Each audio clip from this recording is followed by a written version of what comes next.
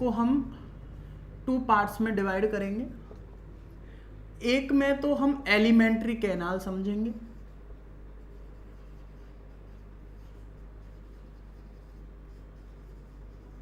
Okay.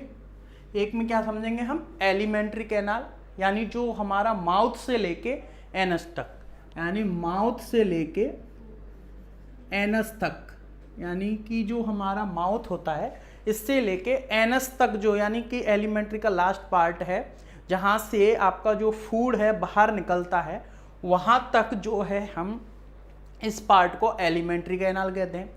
और इसी alimentary canal में डाइजेशन होता है, यानी हम जो खाना लेते हैं, हमारी बेसिक नीड जो है उसमें हम जो फूड ले रहे हैं उसका डाइजेशन कहाँ पे होगा, एलिमेंट्री कैनाल में होगा। अब डाइजेशन के लिए कुछ केमिकल, कुछ एंजाइम चाहिए होते हैं, और वो एंजाइम जो है सीक्रेट करती हैं ग्लैंड्स।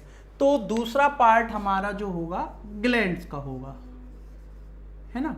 क्या किसका होगा, दूसरा पार्ट हमारा ग्लैंड्स का होगा, जिसमें हम सैलिवरी ग्लैंड्स के बारे में पढ़ेंगे, लीवर ग्लैंड्स के बारे में पढ़ेंगे, और पैनक्रियास, 3 ग्लैंड्स हैं उनके बारे में पढ़ेंगे। तो अभी जो है ग्लैंड्स को रखते हैं साइड में, बाद में बात करेंगे। अभी हम एलिमेंट्री कैनाल की ही बात करते हैं, और एलिमेंट्री कैनाल की हम समझते हैं एनाटॉमी। देखो पहले हम क्या समझेंगे, एनाटॉमी। अब ये एनाटॉमी क्या होती है, तो मैं आपको बता दूं कि जब हम किसी भी स्ट्रक्चर की यानी संरचना की बात कर रहे हों, और वो भी कैसी संरचना, इंटरनल संरचना, यानी कि कैसा दिखता है, कितना लेंथ है, क्या मतलब कैसा दिखता है, किस टिश्यू से बना है, तो इस तरह की चीज़ों की जब हम बात कर रहे होते हैं तो हम बोलते हैं, उसके लिए वर्ड यूज़ करते हैं एनाटॉमी। बायोलॉजी में एनाटॉमी वर्ड यूज़ किया जाता है। तो एनाटॉमी का मतलब एक तरह से हिंदी में अगर बात करें तो संरचना होता है, इंग्लिश में स्ट्रक्चर आप बोल सकते हो। तो अंदर से कैसी स्ट्रक्चर दिखती है, तो वो एनाटॉमी जो है हम एलिमेंट्री कैनाल की देखेंगे। तो अभी ग्लैंड्स को रखते हैं साइड में, हमारा नेक्स्ट टॉपिक है ग्लैंड्स। पहले हम एलिमेंट्री कैनाल को समझते हैं, और एलिमेंट्री कैनाल को समझने के लिए हमें ह्यूमन का डाइजेस्टिव सिस्टम समझना होगा, यानी हमें ड्रॉ करना होगा किसको, ह्यूमन बॉडी को। तो इसके लिए हम इसको ड्रॉ करेंगे।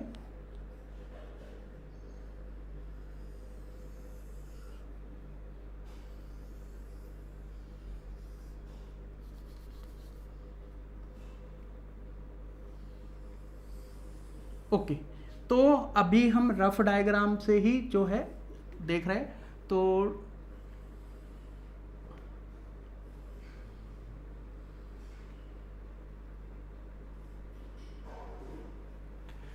पहला जो पार्ट होता है, इसको बोलते हो आप माउथ। क्या बोलते हैं उसको, फर्स्ट पार्ट को अपन क्या बोलते हैं, माउथ बोलते हैं। अब सिंपल सी बात है, इसके बारे में अगर आपको लिखना है, क्योंकि देखो होता क्या है, कई बार हम चीज़ों को समझ जाते हैं लेकिन हमें बोर्ड एग्जाम में लिखना है। तो अब माउथ के बारे में ऐसा हम क्या लिखें जिससे हमें एग्जामिनर इंप्रेसिव मार्क्स दे सके। तो सबसे इंटीरियर वाला जो पार्ट है, या फिर ये कह लीजिए कि सबसे जो स्टार्टिंग वाला जो पार्ट है वो हमारा माउथ है, जिसमें क्या होते हैं, टंग होती है, एक तो ये लाइन लिख सकते हो आप, एक उसमें टीथ होते हैं, दूसरी लाइन आप ये लिख सकते हो। साथ ही साथ एक वर्ड जो है आप यूज करते हो कि मैकेनिकल डाइजेशन जो है माउथ में होता है। अब ये मैकेनिकल डाइजेशन क्या होता है, तो देखो हमारी बॉडी में 2 तरह के डाइजेशन होते हैं, मैकेनिकल डाइजेशन होता है और एक होता है केमिकल डाइजेशन, ठीक है। तो मैकेनिकल का मतलब होता है मैकेनिक्स, या ये कह लीजिए मैकेनिक्स तो नहीं, पर जिसमें कहीं ना कहीं कोई भी चीज़ जो है एक तरह से मशीनरी की तरह यूज़ हो रही हो। तो हमारे जो टीथ है ना, वो हमारे फूड को स्मॉल पार्टिकल्स में या छोटे छोटे पार्टिकल्स में चबाने का, च्विंग करने का काम करते हैं, तो उसको आप मैकेनिकल डाइजेशन बोलते हो। तो मैकेनिकल डाइजेशन केवल और केवल कहाँ पे होता है, माउथ में होता है, with the help of teeth, okay. इसके अलावा माउथ में आपको एक और बात बता दूं कि जो टीथ होते हैं ना, अब टीथ में आपको एक वर्ड आपको देखने को मिलेगा, थीकोडेंट। क्या मिलेगा, थीकोडोंट। देखो डोंट का मतलब होता है टीथ, और थीको का मतलब होता है जॉ सॉकेट में अरेंजमेंट, यानी कि हम सबके टीथ, चाहे आप मेरे टीथ ले लो चाहे आपके टीथ ले लो, ये एक जॉ में, जॉ मतलब हिंदी में आप समझो तो जबड़ा, जिसे हम नॉर्मल लैंग्वेज में बोलते हैं, तो इस जॉ में जो है हमारे टीथ, जैसे अभी मैं यहाँ पे जॉ बनाऊं तो इसमें जो है हमारे टीथ इस तरह से अरेंज होते हैं। तो हम जिनके टीथ जब जॉ में अरेंज होते हैं उस कंडीशन को बोलते हैं थीकोडोंट। क्या बोलते हैं? थीकोडोंट। किसको बोलते हैं थीकोडोंट?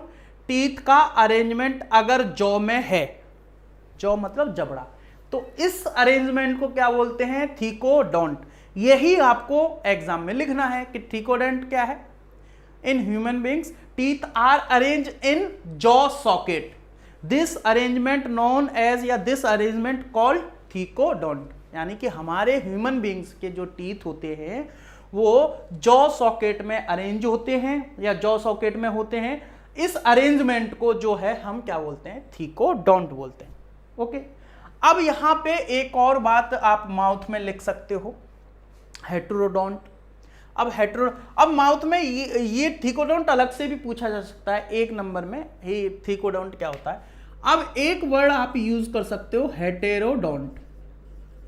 अब ये क्या होता है भाई, इसको समझ लेते हैं। हेटेरोडोंट क्या होता है? देखो, हेटेरो वर्ड जब भी यूज करते हैं दो तरह, एक वर्ड है, कॉमन वर्ड है हेटेरो और होमो। जब चीजें इक्वल होती हैं तो उसके लिए हम वर्ड यूज करते हैं होमो। क्या वो इक्वल होती है? जैसे मेल मेल तो homo, male and female word use करेंगे हेटेरो। तो यानी कि जब भी अपोजिट या अनइक्वल चीज होगी तो उसके लिए आप वर्ड यूज करोगे हेटेरो। तो हमारे जो टीथ होते हैं ना वो 4 तरह के होते हैं, 4 टाइप्स के जो है टीथ होते हैं, इंसीजर, कैनाइन, मोलर और premolar. Yes, incisor, canine, molar और प्रीमोलर। मेरे साथ जो है आप रिपीट करो, इंसीजर, कैनाइन, प्रीमोलर और मोलर। ये 4 तरह के टीथ होते हैं और चारों के चारों टीथ जो है डिफरेंट डिफरेंट टाइप के हैं। अब मैं आपके बारे में, टीथ के बारे में होता तो मैं इसको पढ़ाता, लेकिन है नहीं तो इसलिए रहने दो। बस ये समझ लो, इंसीजर होते हैं, कैनाइन होते हैं, प्रीमोलर होते हैं, मोलर होते हैं। ओके, तो ये चारों टीथ साइज एंड शेप में अलग होते हैं, इनका काम भी अलग होता है। तो इस वजह से इस कंडीशन को आप बोलते हो हेटेरोडोंट। समझ में आ गया? डोंट मतलब टीथ, हेटेरो मतलब जो सेम ना हो, अनइक्वल। तो यानी अनइक्वल टीथ क्या है? हेटेरोडोंट। कोई भी चीज रटनी नहीं है मेरी क्लास में, हर एक चीज को समझना है ना। तो हेटेरो मतलब जो इक्वल ना हो, डोंट मतलब टीथ, तो ऐसे टीथ जो इक्वल ना हो, हेटेरोडोंट। थीकोडोंट ऐसे टीथ जो सॉकेट में अरेंज हो, थीकोडोंट। एक और होता है डाइफायोडोंट।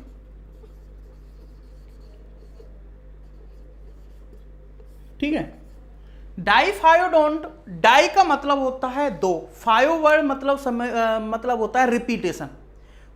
डाई का मतलब हमारी लैंग्वेज में होता है 2। क्या होता है? 2। और ये इसका मतलब हो गया रिपीट। रिपीट, किसी भी चीज का रिपीट होना, या फिर अगेन, अगेन वर्ड यूज करना बेटर रहेगा, अगेन। और डोंट मतलब टीथ। इसका मतलब क्या हुआ कि जब हम बेबी, जो न्यूबॉर्न बेबी होता है, वो जब थोड़ा सा बड़ा होता है तो उसके पहले जो टीथ आते हैं वो मिल्क टीथ आते हैं। कौन से टीथ आते हैं जी? मिल्क टीथ या टेम्परेरी टीथ आते हैं। शॉर्ट में लिख रहा हूं टेम्परेरी, इसका मतलब जो परमानेंट ना हो। मिल्क टीथ हिंदी में इसके आपने भी खूब सुना होगा, दूध के दांत बोलते हैं। टेम्परेरी टीथ आते हैं, फिर ये टीथ जो है टूट जाते हैं और फिर अगेन जो है दूसरे दांत आते हैं। तो देखो, फर्स्ट मतलब ये टीथ हो गए और सेकंड वो हो गए। तो वो टीथ कैसे होते हैं? वो होते हैं परमानेंट। कैसे होते हैं? शॉर्ट में लिख देता हूं, परमानेंट होते हैं, पी है ये। तो वो कैसे होते हैं? परमानेंट टीथ होते हैं। तो पहली बार जो टीथ आए वो कैसे थे? मिल्क टीथ जिनको बोल सकते हो, या टेम्परेरी टीथ बोलते हैं। और दूसरे जो टीथ थे वो परमानेंट टीथ थे।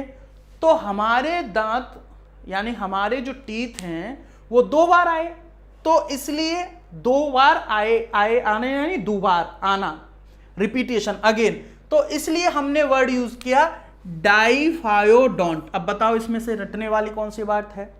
कोई बात है क्या? थीकोडोंट, अगर टीथ जॉ में अरेंज हो तो थीको वर्ड मतलब जॉ में अरेंजमेंट। फिर आया दूसरा वर्ड नेक्स्ट हेटेरोडोंट। हेटेरो का मतलब होता है जब भी कोई चीज इक्वल ना हो। होमोडोंट का मतलब अगर आपसे पूछ ले कोई, होमोडोंट यानी ऐसे टीथ जिनके दो, जैसे स्नेक जो होता है ना उसके सभी टीथ जो है एक जैसे होते हैं, सभी टीथ दोनों जो उसके टीथ होंगे वो एक जैसे होंगे, उसको बोलते हैं होमोडोंट। या फिर जो क्रोकोडाइल होता है उसके सारे के सारे टीथ एक ही जैसे होते हैं, उसको बोलते हैं होमोडोंट। हेटेरो हमारे अंदर जो है 4 तरह के यानी अलग अलग टाइप के टीथ मिलते हैं, वो आपको हेटेरोडोंट आप इसके लिए वर्ड यूज जो है हेटेरोडोंट करते हो।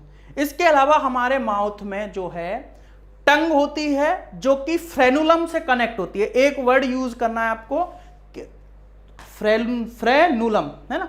तो हमारे माउथ में क्या होती है, टंग होती है जो कि फ्रेनुलम से कनेक्ट होती है। अगर आपको मान लो कोई वर्ड चाहिए, यानी जो अगर चाहिए तो मैं जो है कैप्शन में यानी सबटाइटल में लिख दूंगा, तो वो प्रीमियर के बाद जब आप दोबारा इस वीडियो को देख रहे होंगे तो कैप्शन में वो चीज़ दिख जाएगी, यानी जो भी हम कुछ पढ़ रहे हैं वो आपको कैप्शन में दिख जाएगा। अब कैप्शन क्या होता है वो समझ लो, यहाँ पे 3 डॉट आपको दिख रहे हैं, इसको जब आप प्रेस करोगे तो कैप्शन या सबटाइटल का ऑप्शन आएगा, उसमें आप अपनी लैंग्वेज सेलेक्ट करके इंग्लिश या जो भी लैंग्वेज में जाए वो आप कर सकते हो। तो इससे क्या है, जैसे फ्रेनुलम वर्ड बोला मैंने तो फ्रेनुलम आपको नीचे दिख जाएगा, थीकोडोंट बोला तो थीकोडोंट की डेफिनेशन आपको नीचे दिख जाएगी, डाइफायोडेंट को बोला तो वो उससे नीचे। तो इससे क्या होगा, हमारे वीडियो शॉर्ट बनेगा और हम ज़्यादा चीज़ों को समझ पाएंगे। अब लिखने में अगर हम टाइम वेस्ट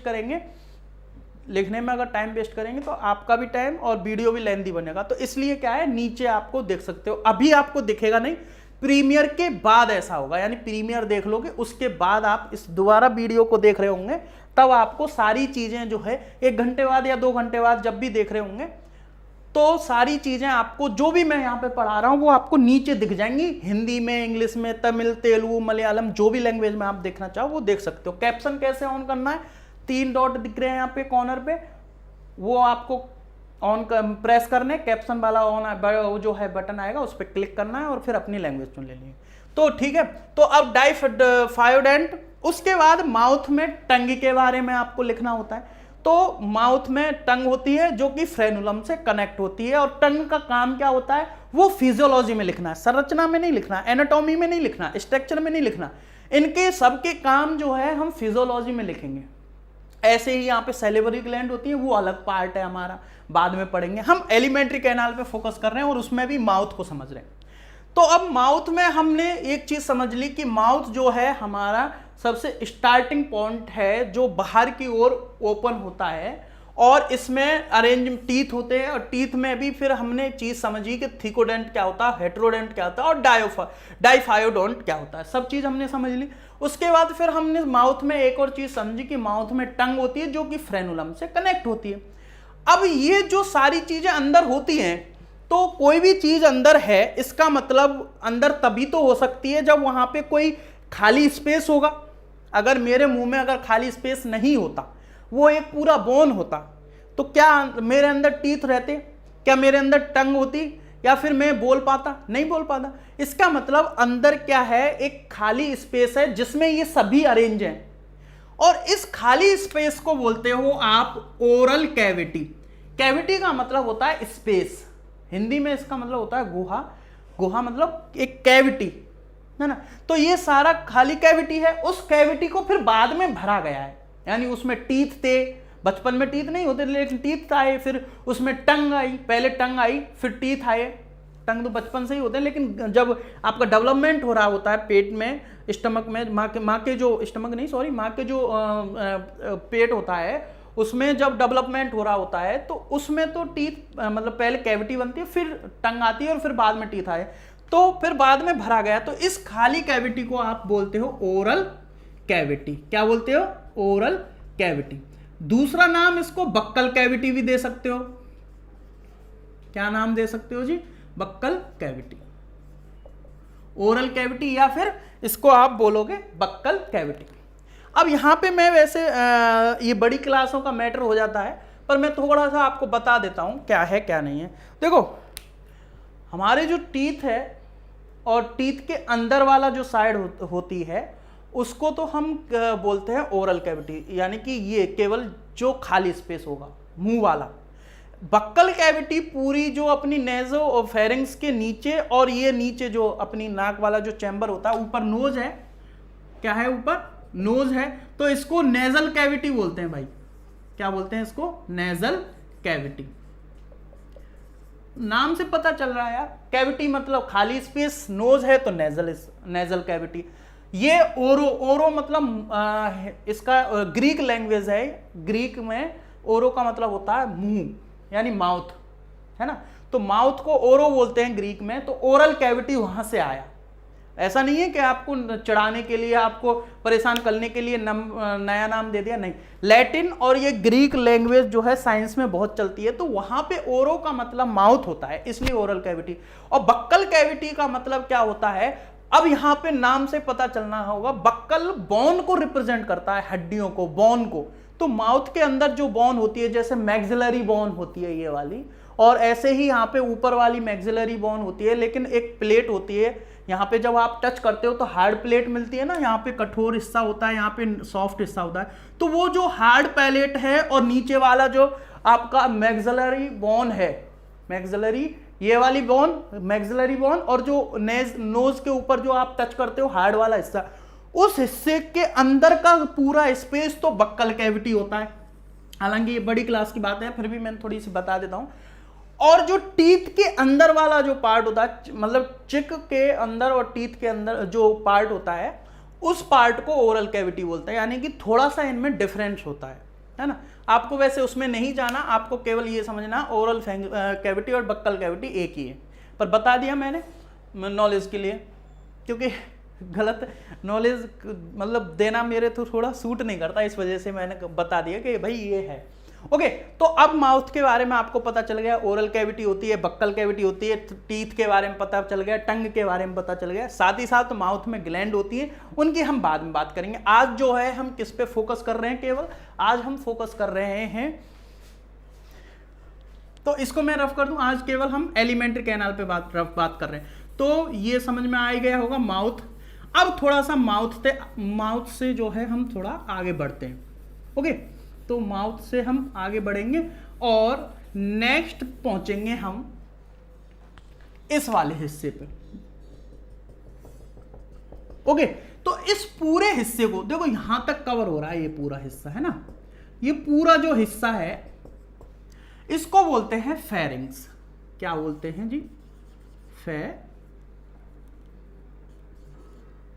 देखो अभी ए लगाना भूल गया, तो साइंस में जल्दी जल्दी में हम एक दो स्पेलिंग भूल जाते हैं, तो उसको आप ऐसे मत समझना, कमेंट करने लग जाओ कि सर ये फलानी स्पेलिंग गलत है। जैसे अभी ए लिखाना भूल गया था, तो जल्दी जल्दी में हो जाता है ना। कई स्टूडेंट्स होते हैं जिनको ये बताना होता है कि उनको कितनी अच्छी स्पेलिंग आती है, अच्छी बात है, करेक्ट करो, लेकिन जल्दी जल्दी में, जैसे अभी तो खैर सही लिख दिया मैंने फेरिंग्स, लेकिन कई बार क्या होता है जैसे ए लगाना भूल गए या कुछ लगाना भूल गए, पर आप उस पर फोकस मत करो, क्योंकि लेक्चर इन्हीं चीज़ों में निकल जाता है, फिर लिखने में समझ में कुछ नहीं आता। तो फेरिंग्स क्या होता है, अब सुनो, इस पूरे हिस्से को फेरिंग्स बोलते हैं, है ना, इस पूरे हिस्से को फेरिंग्स बोलते हैं। और फेरिंग्स को आप ऐसे समझ सकते हो कि वो प्लेस जहां पे, अब ये देखो, ये फूड पाइप बोलते हैं इसको, अपन क्या बोलते हैं इस पूरी को? Food pipe. एलिमेंट्री कैनाल जो है यहां से, इसको फूड पाइप बोलते हैं। साथ ही साथ ये जो नोज होती है ना अपनी, इससे इस तरह से यहां पे एक और निकल रही होती है पाइप, इसको विंड पाइप बोलते हैं। क्या बोलते हैं? Wind pipe. ठीक है जी, वो हो गई आपकी फूड पाइप और ये हो गई विंड पाइप। तो विंड पाइप यहां से स्टार्ट हुई और फूड पाइप यहां पे स्टार्ट हुई, तो इन दोनों का जो बीच का स्पेस है, खाली स्पेस है ना, तो उस हिस्से को बोलते हैं फेरिंग्स। यानी कि विंड पाइप के ऊपर वाला हिस्सा है, या फिर ईसोफेगस या फूड पाइप जिसको बोलते हैं, है ना, वो साइलेंट रहता है, कई लोग स्टूडेंट उसको ओसोफेगस बोलते हैं, ईसोफेगस होता है वो। तो ईसोफेगस और विंड पाइप के ऊपर वाला जो हिस्सा होता है, खाली स्पेस होता है, उसको फेरिंग्स बोलते हैं। अब फेरिंग्स को कई हिस्सों में डिवाइड किया है, विंड पाइप को हटा दूं मैं। अब फेरिंग्स को जो है कई पार्ट में जो है, विंड पाइप का मतलब समझ गया है, यहां से एयर लंग्स को जाएगी, जिसके बारे में डाइजेस्टिव सिस्टम के बाद बात करेंगे, है ना। तो फूड पाइप क्या है, वही हमारा जो माउथ है, माउथ के बाद ये। ओके, तो ये हिस्सा क्या है, वैसे हमने एक साथ बना दिया, लेकिन इस तरह से ये ओपन होता है, ऐसा नहीं है हमने तो एक साथ ही बना दिया, एक्चुअल में ये ऐसा होता है। ये हिस्सा ना तो मतलब इसमें कुछ होता है, ना ही मतलब खाली सा होता है, यानी कि इस तरह से ये वाला हिस्सा कुछ नहीं है, खाली है। बस क्या है कि यहाँ पे एक फ्लैप लाइप स्ट्रक्चर होता है, तो जब आप मतलब खाना खा रहे होते हो तो ये मतलब उसको नेजल कैविटी को बंद कर देता है इस तरह से, यूं, ठीक है, इस तरह से बंद कर देता है। तो खाना केवल फूड में ही उसमें जाता है। इसके साथ साथ आगे हम बात करेंगे विंड पाइप में भी। पहले फेरिंग्स को समझ लो, ये हिस्सा खाली होता है, इतना समझ लो आप। अब बात आती है कि फूड मतलब फिर फूड पाइप में क्यों जाता है, उसमें विंड पाइप में क्यों नहीं जाता, या फिर एयर विंड फूड पाइप में क्यों नहीं जाती, केवल विंड पाइप में, तो वो अभी हम समझेंगे। तो अभी पहले फेरिंग्स को समझो। फेरिंग्स क्या है, तो फेरिंग्स ये खाली स्पेस है, यानी कि यहाँ पाइप यहाँ से स्टार्ट हुआ है, यहाँ पे तो कुछ है नहीं, तो इस तरह से ये है पूरा हिस्सा, फनल शेप होता है। ये पूरा कैसा होता है, फनल शेप। फनल का मतलब समझते हो, जैसे हम जो मिल्क वगैरह या फिर ऑयल वगैरह फिल करने के लिए एक पाइप यूज़ करते हैं, तो आगे से वो चौड़ा होता है, नीचे से वो है ट्यूब होता है, यानी कि सकरा होता है। तो ऐसा ही फनल शेप होता है ये पूरा हिस्सा, है ना। तो अब इसको भी 3 पार्ट में आप डिवाइड करते हो फेरिंग्स को। फेरिंग्स को कितने पार्ट्स में डिवाइड करते हो, 3 में। कैसे करते हैं, घबराना नहीं है, याद नहीं रखना। देखो, नोज के पीछे वाला हिस्सा है तो नेजोफेरिंग्स, क्या बोलेंगे, नोज के पीछे वाले हिस्से को क्या बोलेंगे, नेजोफेरिंग्स।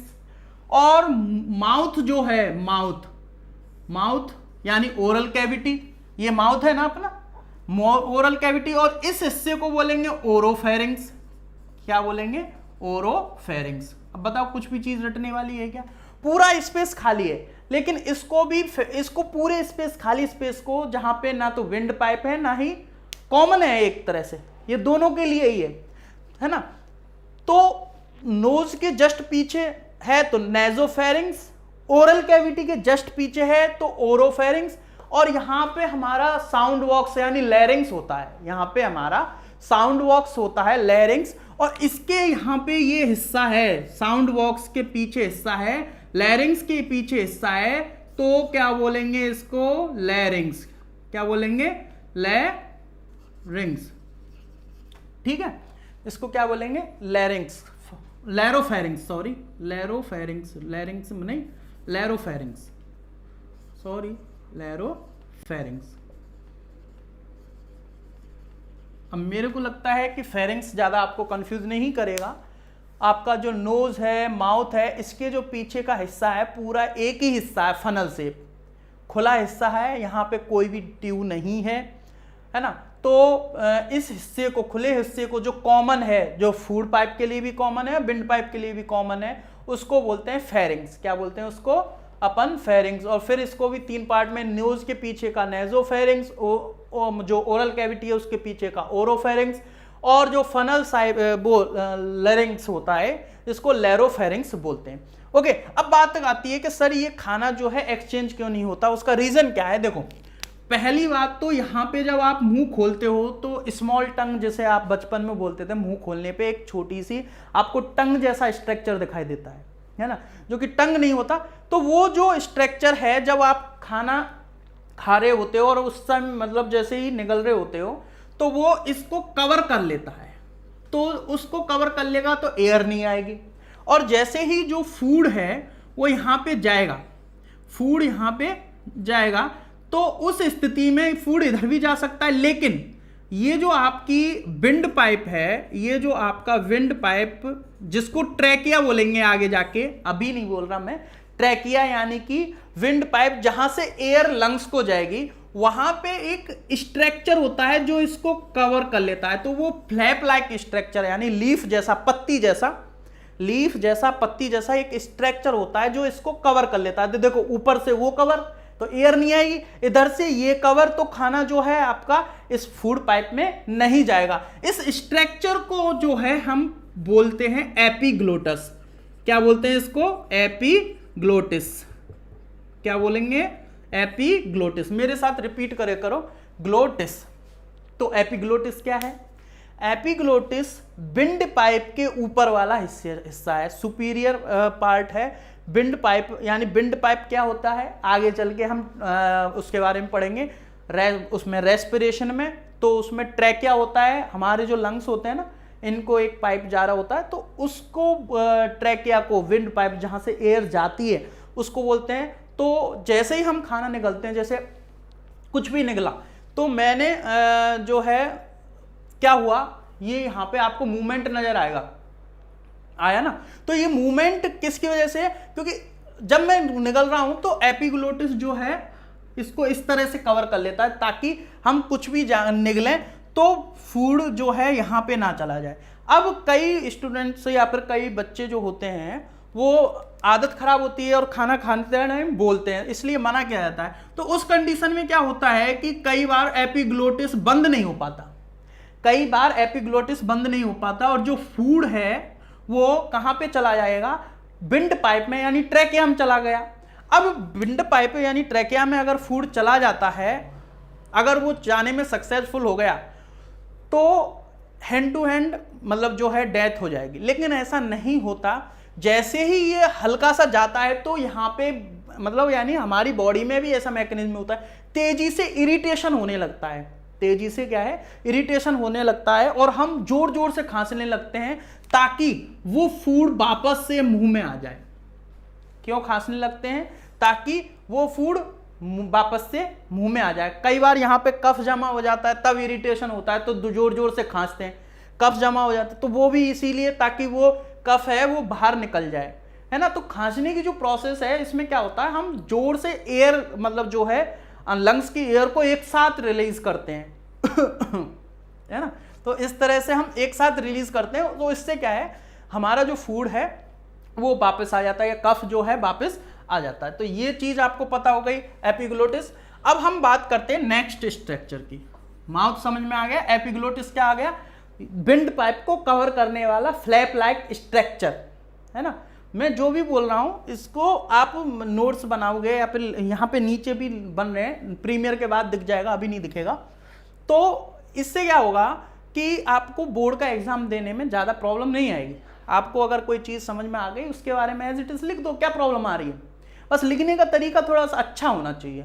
तो ये एपिग्लोटिस हो गया, फ्लैप लाइक स्ट्रक्चर, ये सारी चीज़ें लिखो, मेंशन करो कि कैसा दिखता है, तभी तो स्ट्रक्चर है वो। आप कहोगे कि एपिग्लोटिस होता है तो कैसा दिखता है? वो फ्लैप लाइक स्ट्रक्चर होता है, लीफ लाइक स्ट्रक्चर होता है जो कि कार्टिलेज का बना होता है, लीफ लाइक स्ट्रक्चर होता है ना।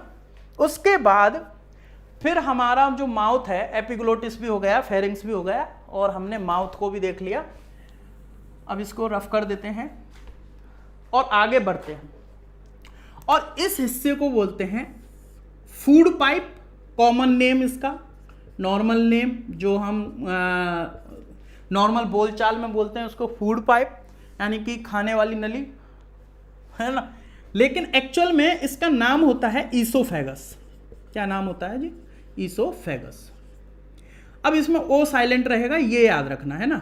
ओ ईसोफेगस बोलते हैं, वैसे कई तो ईसोफेगस होता है इसका राइट प्रोनाउंसिएशन, गूगल ट्रांसलेटर पे चेक कर लेना।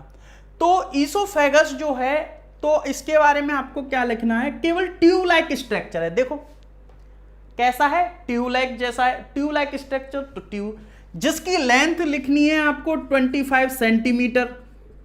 अगर इंचेस में पूछ ले कोई, वैसे नहीं पूछेगा आपसे, 10 इंच, मतलब इंच में पूछ ले तो 10 इंच, इसको रहनी दो, है ना? आप तो केवल याद रखो, आपकी किताब में जो दे रखा है वो यही है कि 25 सेंटीमीटर दे रखा है ना, कि इतनी इसकी लेंथ होती है। अब इसका कनेक्शन कहाँ कहाँ पे होता है वो देखो। अब मतलब देखो, कोई भी चीज़ लिखने का एक तरीका होता है। अब इसके बारे में हमें लिखना हो तो कैसे लिखेंगे? इसके बारे में लिखने का सबसे बेस्ट तरीका क्या है?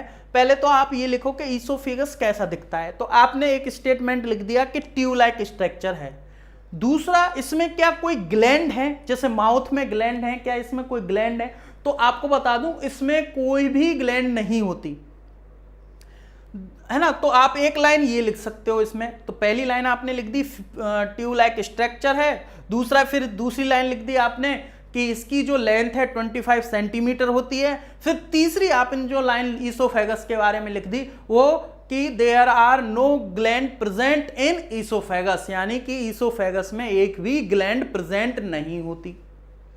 3 लाइन हो गई। चौथी लाइन जो है सबसे अच्छी लाइन, जो एग्जामिनर को और भी पसंद आई, वो ये है कि ईसोफेगस का स्टार्टिंग कहां से होता है, ये है, या फिर ओपनिंग कहां पे है, स्टार्टिंग ओपनिंग, तो फनल शेप लाइक फेरिंग्स से स्टार्ट होता है, यानी कि इसका जो एंटीरियर पार्ट होता है, इसका जो एंटीरियर पार्ट होता है, ऊपर वाला हिस्सा है ना, तो उसमें, या पोस्टीरियर पार्ट भी बोल सकते हो आप इसको, तो वो जो हिस्सा होता है वो फनल लाइक स्ट्रक्चर से कनेक्ट होता है, ऊपर वाला, और नीचे वाले में लिखोगे तो इंफीरियर पार्ट, इंफीरियर पार्ट का मतलब होता है नीचे वाला हिस्सा, तो नीचे वाला हिस्सा कनेक्ट होता है स्टमक से। किससे? नीचे वाला हिस्सा कनेक्ट होता है किससे? स्टमक से। तो ये वाली बात जो है आप इसमें लिख सकते हो। तो ये 4 लाइन जो है आपको लिखनी है, बस क्या लिखना है 4 लाइन में। पहली लाइन तो यही हो गई कि ट्यूब लाइक स्ट्रक्चर है, दूसरे लिख देंगे आप 25 सेंटीमीटर इसकी लेंथ है, तीसरी आप लिख दोगे there are no gland present in oesophagus, फिर आपका लिख दोगे it is start from funnel like structure, या that means pharynx and ending point J shape like structure, यानी डूडेनियम की बात, वो स्टमक की बात हो रही है। तो इसका इंटीरियर पार्ट और इसका पोस्टीरियर पार्ट, ये आप इसके बारे में लिख दोगे। स्टार्टिंग पॉइंट लिख सकते हो, एंटीरियर और पोस्टीरियर अगर आपको कठिन लग रहा है तो आप ये भी लिख सकते हो, इट इज स्टार्टेड फ्रॉम मतलब फेरिंग्स टू एंड, कहाँ पे एंड हो रहा है इसका? स्टमक में जो है इसका एंड हो रहा है। ओके, तो ये वाली आप बात लिख दोगे। अब हम बात कर लेते हैं स्टमक के बारे में। अभी हम केवल और केवल एनाटॉमी समझ रहे हैं, फिर से मैं क्लियर कर दूं, एनाटॉमी समझ रहे हैं तो एनाटॉमी की ही बात कर रहे हैं, फिजियोलॉजी की बात नहीं कर रहे हैं, यानी डाइजेशन कैसे होता है वो हम बात नहीं कर रहे हैं। तो अब स्टमक में आपको सबसे पहली लाइन लिखनी है, वो ये लिखनी है, कैसा दिख रहा है? जे शेप जैसा दिख रहा है ना, जे, तो it is J shape like structure, पहली लाइन लिखनी है इसमें, it is J shape like structure, यानी जे जैसा होता है। साथ ही साथ दूसरी लाइन जो है आपको ये मैं बता दूं कि एपिथेलियल टिश्यू से बना होता है, लेकिन आपके में शायद नहीं है तो छोड़ दो, अगर है तो लिख लेना, नहीं है तो रहने देना। तो एपिथेलियल टिश्यू से बनता है। ओके, तीसरी ये है पाउच लाइक स्ट्रक्चर होता है, पाउच लाइक स्ट्रक्चर होता है, पाउच जैसा है ना, जिसमें कोई चीज आप स्टोर कर सकते हो। और इसकी खास बात क्या होती है? इसका नेचर इलास्टिक नेचर होता है। कैसा नेचर होता है? ये सारी चीजें आप लिख सकते हो इसके बारे में। इलास्टिक नेचर होता है, यानी कि जब इसमें फूड होगा तब तो ये फूल जाएगा, और जब इसमें फूड नहीं होगा तो ये वापस कॉन्ट्रैक्ट हो जाएगा, सिकुड़ जाएगा। तो पाउच लाइक स्ट्रक्चर है। साथ ही साथ इसके बारे में आप लिख सकते हो कि इसके स्टमक को हम 3 पार्ट में बांट सकते हैं। तो पहला जो पार्ट है वो कार्डियक पार्ट होता है। कौन सा होता है? कार्डिक स्टमक बोलते हैं इसको। अब आप कहोगे सर ये भी रटना है, तो देखो यार नहीं रटना। क्यों नहीं रटना? कार्डियक का मतलब होता है हमारी लैंग्वेज में हार्ट, यानी जो हार्ट होता है वही दिल जिस पे आप तीर लगा देते हो, है ना। तो वो जो हार्ट है जो कई बार टूट भी जाता है ना, और कहते हैं दिल टूटने की आवाज नहीं आती। पागल हैं क्या? दिल टूट जाए क्या? पर फिर भी आशिक लोग ऐसी ऐसी बातें करते हैं। कई तो तीर भी चला देते, तो इधर से तीर निकला तो जिसकी तरफ गया वो उसका नाम लिख देते, नीचे किसी और का नाम, तो मतलब वो बता रहे होते हैं। एक्चुअल में अगर वास्तव में अगर आपने एक हल्की सी पिन भी चुनवा दी ना, तो जो हार्ट है आपका बस्ट हो जाएगा। ओके तो हार्ट को बायोलॉजी में कार्डियक वर्ड देते हैं। क्या देते हैं? कार्डियक। और जब हार्ट को हम देखते हैं ना, तो हार्ट जो है यहाँ पे जो है ऐसा नजर आता है यहाँ पे, तो इस वजह से हार्ट जो है पास में ही होता है, इस वजह से इस हिस्से को बोलते हैं कार्डियक। क्या बोलते हैं इस हिस्से को? Cardiac stomach. और इसके बीच में जो ये पूरा वाला हिस्सा होता है इसको फंडस, यहाँ पे फूड इकट्ठा होता है, इसको फंडस हिस्सा भी बोलते हैं, इसलिए इसको फंडिक स्टोमक बोलेंगे। क्या बोलेंगे इसको? Fundic stomach. क्लियर? ठीक है। और यहां पे जहां से फूड बाहर निकलेगा, जहां से फूड बाहर निकलेगा उससे पहले यानी ये वाला पॉइंट, इसको बोलेंगे पाइलोरिक स्टोमक। क्या बोलेंगे इसको? Pyloric stomach. क्या बोलते हैं इसको? पाइलोरिक स्टोमक, जहां से ये बाहर निकलेगा। ओके, ठीक है। तो यहां पे ये बात हो गई, इसमें स्टमक भी हो गई। ओके, इससे आगे की जो है इसमें डिटेल नहीं बतानी है आपको, केवल ये बताना है कार्डियक रीजन होता है, ये होता है। ओके, तो अब आगे हम बात कर लेते हैं स्मॉल इंटेस्टाइन। इसको मैं रफ कर रहा हूं। पाइलोरिक स्टोमक जहां से फूड बाहर निकलता है, कार्डियक जहां पे आता है। हाँ, एक और चीज बताना भूल गया, सॉरी। देखो यहां पे अब जो है आपका जो खाना है ना, वो खाना वापस आपके मुंह में ना चला जाए, इसलिए एक स्प्रिंटर होता है। स्प्रिंटर का मतलब होता है कोई भी वाल्व जो उसको रोके। स्प्रिंटर एक वर्ड यूज करते हैं वाल्व के लिए, किसी भी चीज को रोकने के लिए स्प्रिंटर वर्ड यूज करते हैं, तो स्प्रिंटर होता है। अब वो कार्डियक रीजन में है तो इस वजह से इसको बोल देंगे कार्डियक स्प्रिंटर।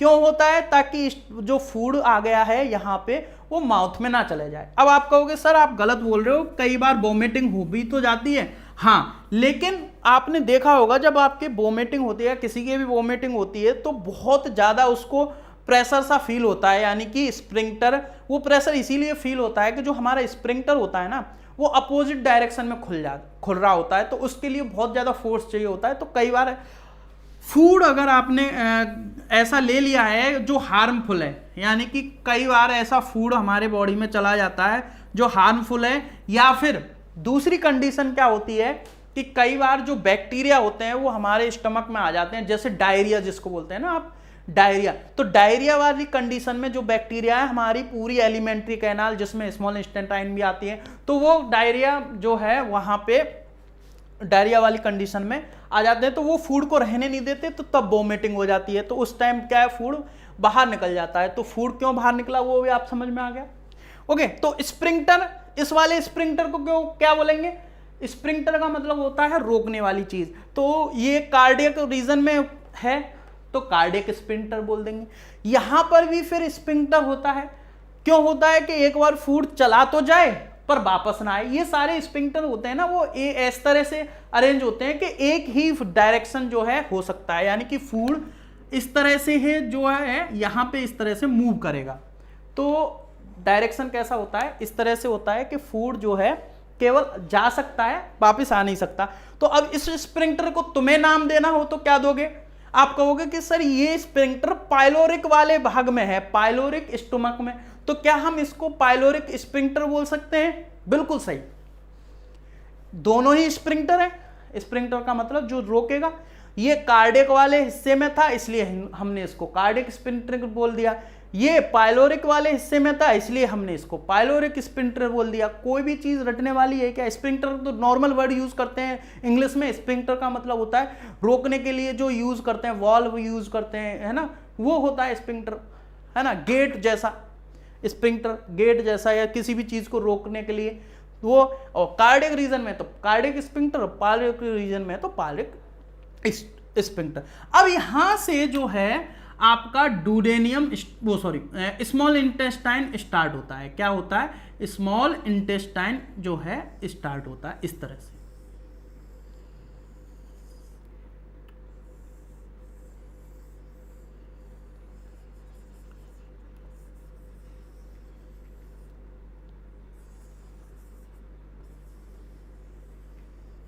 दिख रहा है क्या नीचे वाला हिस्सा? ओके, नीचे वाला हिस्सा दिख ही नहीं रहा आपको। चलो मैं स्टमक को थोड़ा सा इसको सॉर्ट करके, देखो यहां पे इस तरह से स्मॉल इंटेस्टाइन स्टार्ट हुई। ओके, अब मैं और भी इसको बना सकता था, लेकिन आपको वो फिर नीचे वाला हिस्सा दिखेगा नहीं।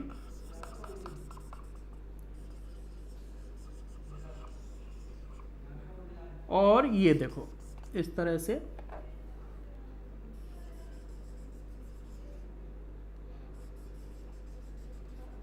यहाँ पे तो देखो ये हिस्सा आपको अब दिख रहा है ना, हाँ ये दिख रहा है, लेकिन नीचे वाला हिस्सा आपको पूरी तरह से नहीं दिख रहा है शायद। इसको और बनाते हैं ऊपर, क्या करें,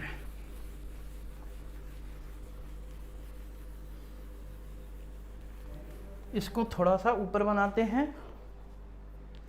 देखो स्टमक को थोड़ा छोटा कर लेते हैं, ये लो, ठीक है। तो इस तरह से स्मॉल इंटेस्टाइन होती है ये। अब यहीं से जो है इसको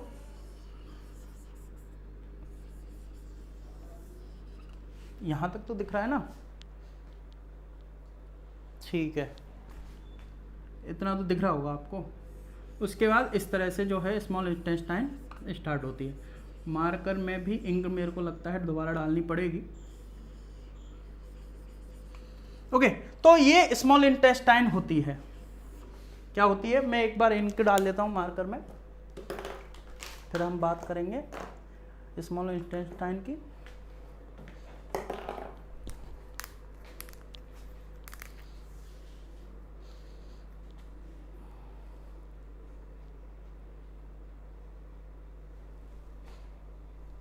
ठीक है, तो मैं इसको दोबारा से आपको वो कर देता हूँ डबल, ताकि आपको ये क्लियर दिख जाए। इसको रफ करके दोबारा ही बना देता हूँ ताकि आपको क्लियर दिख जाए।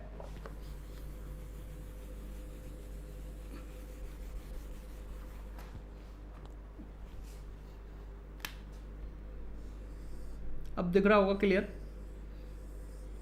तो यहाँ पे इसको इस तरह से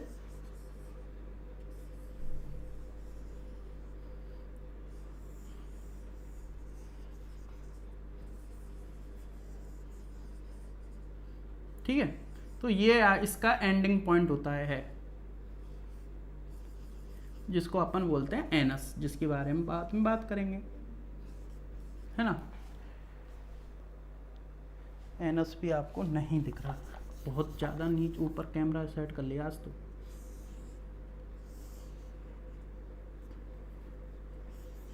तो इसको बोलते हैं एनस।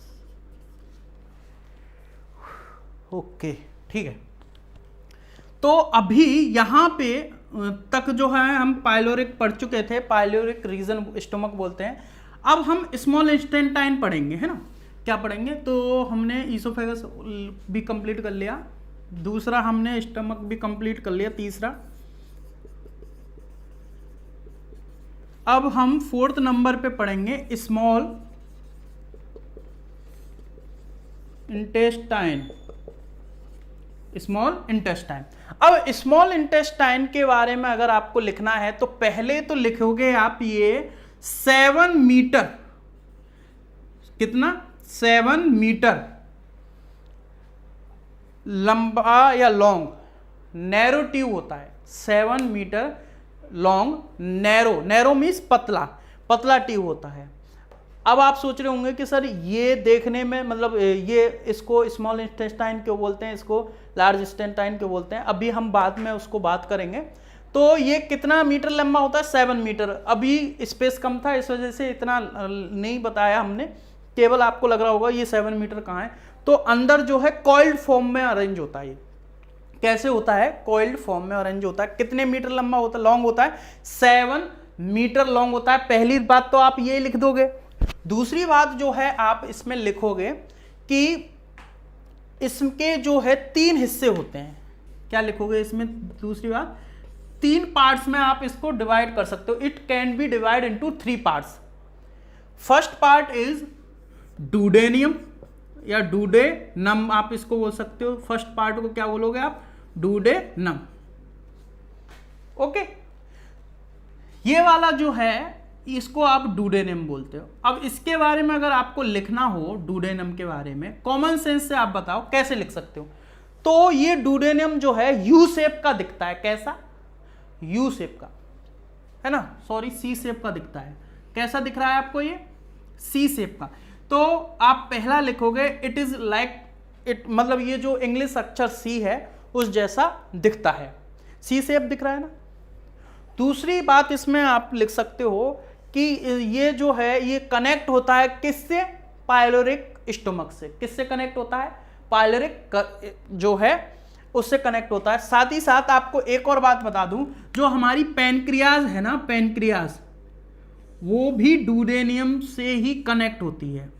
यानी कि पैनक्रियाज जो भी जूस छोड़ेगी, पैनक्रियाटिक जूस बोलेंगे उसको, तो पैनक्रियाज जो है ग्लैंड है, इससे जो जूस निकलेगा जिससे डाइजेशन आसान हो सकेगा वो भी यहीं पे छूटता है। तो ये डुडेनियम वाले हिस्से में ही छूटता है। तो डुडेनियम के बारे में तो आप ये नहीं लिखोगे यहाँ पे रहता है, ये तो फिजियोलॉजी में पहुंच जाएगा। केवल ये कनेक्शन की बात लिखोगे कि कैसे कि डुडेनियम से यहीं पे सी शेप में जो गैप बनता है, उसी गैप में जो है, उसी के गैप में स्टमक के बीच में जो गैप बन रहा है, बिलो द स्टमक यानी स्टमक के नीचे जो गैप बन रहा है, वहां पे पैनक्रियाज सिचुएटेड होती है। ओके, तो पहली बात आपने ये लिख दी। दूसरी बात जो है आप लिखोगे जेजुनम के बारे में। सेकंड पार्ट क्या होता है, जेजुनम। तो इसके बारे में लिखना हो तो इतना लिख देना आप कि ये मतलब डुडेनियम, स्टार्टिंग पार्ट जेजुनम का यानी कि डुडेनियम से कनेक्ट होता है, और नीचे वाला जो पार्ट होता है वो कनेक्ट होता है इलियम से। वो कनेक्ट होता है इलियम। किससे कनेक्ट होता है, इलियम से।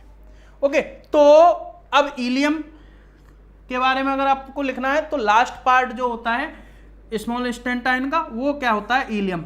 तो मिडिल पार्ट कौन सा हो गया, जेजुनम, है ना। मिडिल पार्ट कौन सा हो गया, जेजुनम, और स्टार्टिंग पार्ट कौन सा हो गया, डुडेनियम।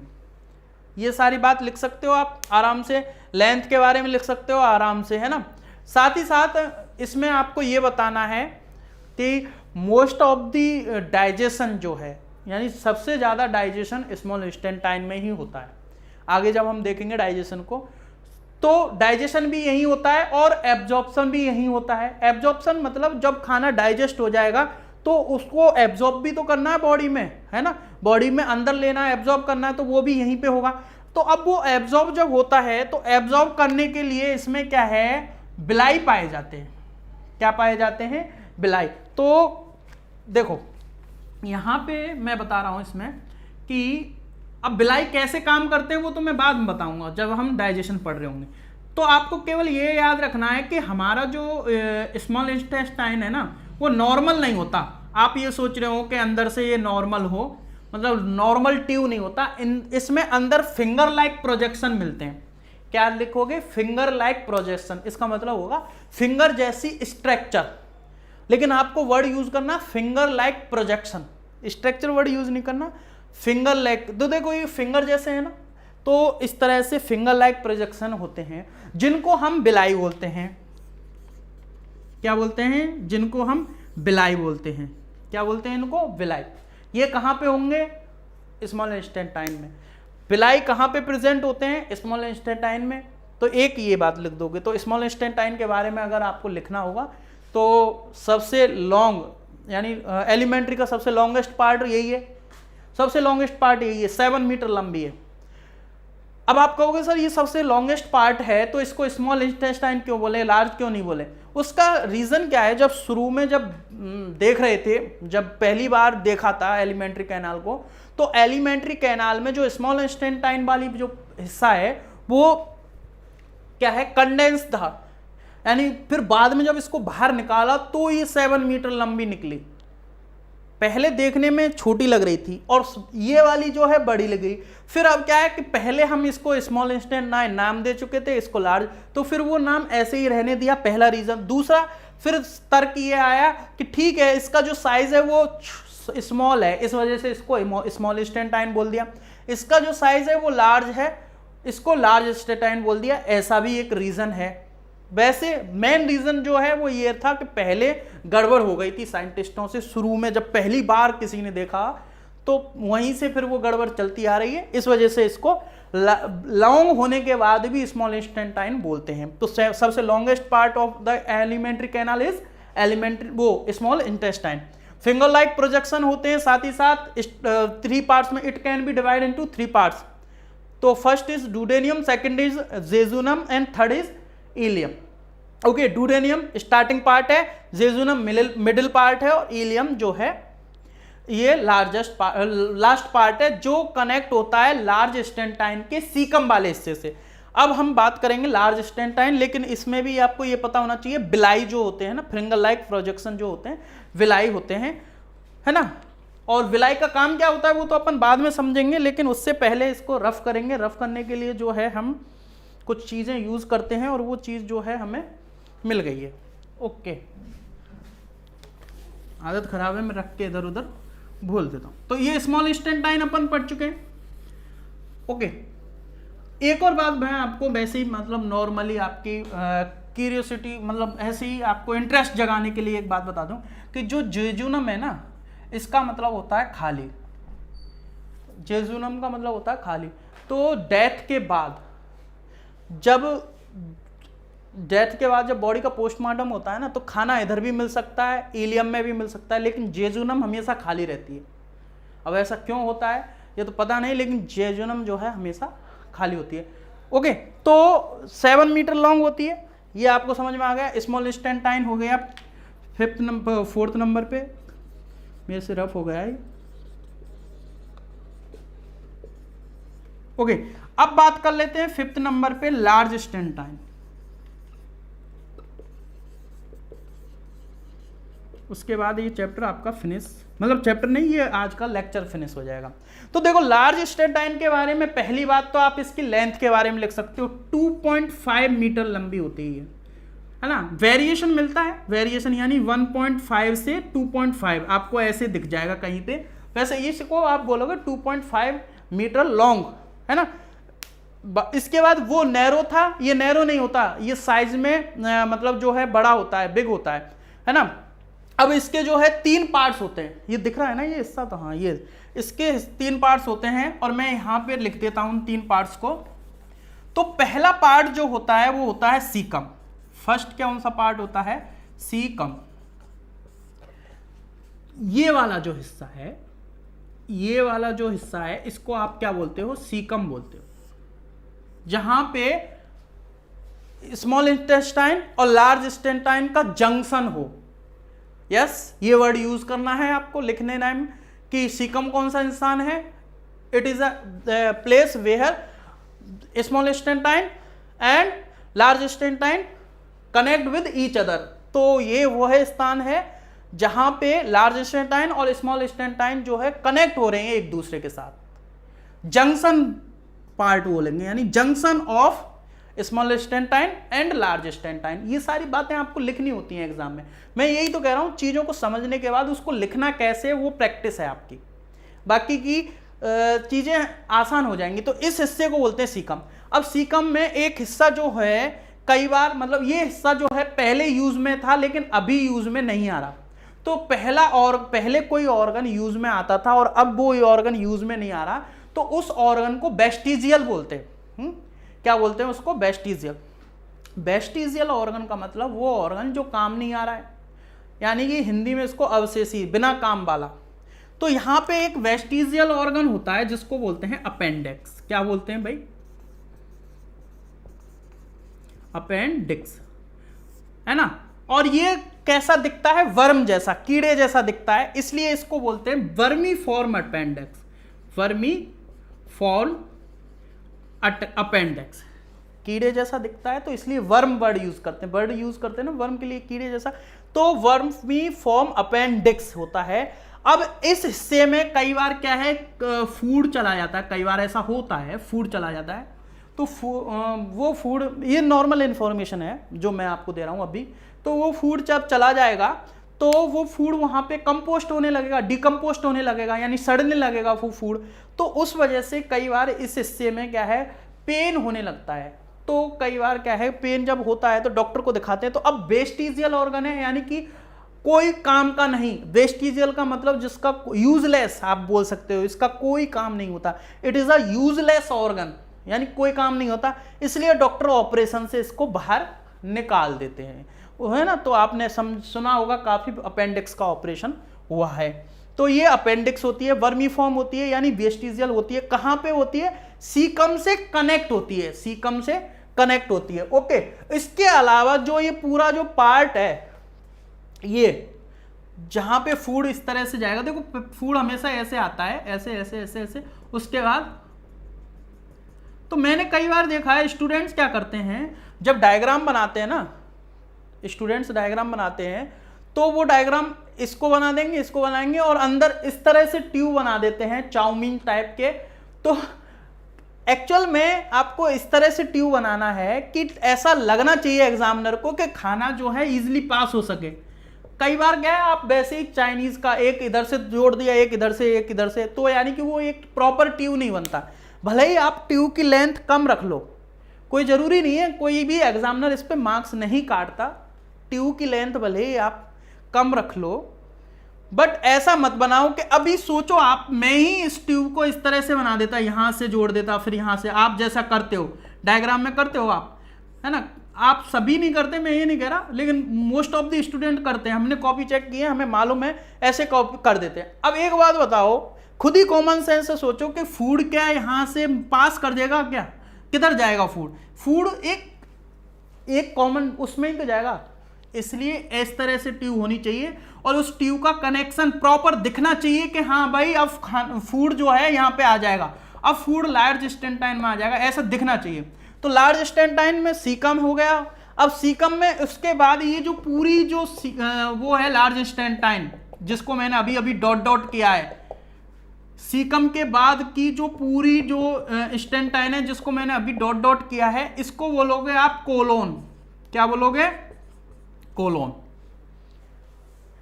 है ना, कोलोन बोलोगे। और लेंथ आपने पढ़ी ली। उसके बाद जो ये वाला हिस्सा होता है, तो ये तो है नहीं कि जैसे ही फूड आ रहा है और फूड आते ही साथ निकल ले जा रहा है, ऐसा तो होता नहीं है। तो वो फूड स्टोर रहता है, स्टोर रहता है, तो उसको बोलते हैं रेक्टम। क्या बोलते हैं इसको? अपन रेक्टम बोलते हैं। ऐसा तो है नहीं कि एक साथ आ रहा है फूड और एक साथ निकल रहा है, तो इस हिस्से को बोलते हैं रेक्टम। तो रेक्टम में फूड इकट्ठा होता है। रेक्टम में क्या है? फूड इकट्ठा होता है यहाँ पे आपको। और वो भी कौन सा फूड? जो डाइजेस्ट होने के बाद मतलब वेस्ट बचता है, आपका जो वेस्ट बचता है वो रेक्टम में जो है इकट्ठा होगा। और फिर बाद में मॉर्निंग में या इवनिंग में जब भी आपका मूड बने, ओके, उसके बाद ये फूड जो है आप बाहर निकाल देते हो, पास आउट कर देते हो। तो जिस हिस्से से आप पास आउट करते हो उसको बोलते हैं एनस। क्या बोलते हैं? एनस। ये दिख तो रहा है ना, बार बार जाना पड़ता है ये देखने के लिए कि ये दिख रहा है कि नहीं। यदि रेक्टम लिखने के लिए भी जाना पड़ा था, रेक्टम दिख रहा है और एनस दिख रहा है कि नहीं? एनस दिख रहा है लेकिन हाफ। लेकिन ये पता चल गया ना आपको कि ये जो है पॉइंट, इसको आप एनस बोलते हैं। तो लार्ज स्टेंटाइन में क्या लिखोगे? It is also divide into 3 parts.